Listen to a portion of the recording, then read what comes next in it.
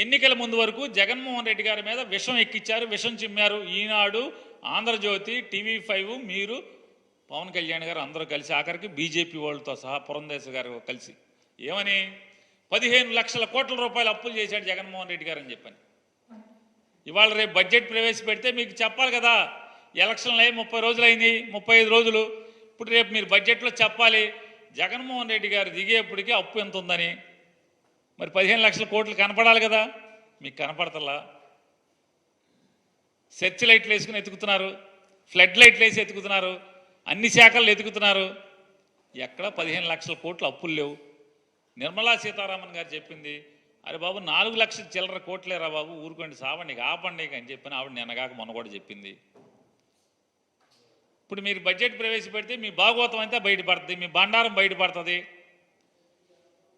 జగన్మోహన్ రెడ్డి గారు press meet పెట్టి లేకపోతే రేపు అసెంబ్లీలోనే మిమ్మల్ని ఉతుకుతాడు.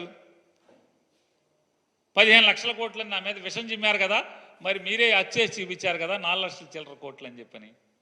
అదొక మీకు పీకులాట. రెండో పీకులాట ఏంటి అంటే, బడ్జెట్లో మీరు ఖచ్చితంగా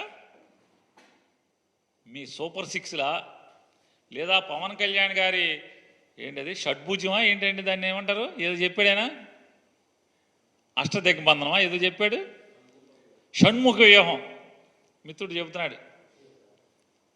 ఆయన జనసేన బీటే, అందుకు చెప్తున్నట్టు మాకు షణ్ముఖ వ్యూహం, సూపర్ 6, షణ్ముఖ వ్యూహం.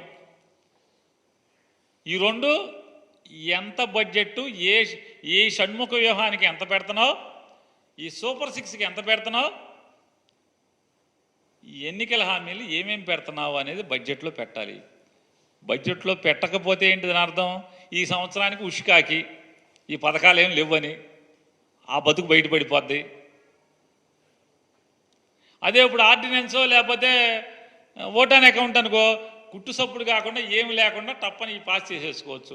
దాంట్లో అప్పులు చూపించాల్సిన పని లేదు, పథకాలకి అలాట్మెంట్లు చూపించాల్సిన పని లేదు, డిపార్ట్మెంట్లకి డిమాండ్లు కూడా చూపించాల్సిన పని లేదు. Please subscribe .news.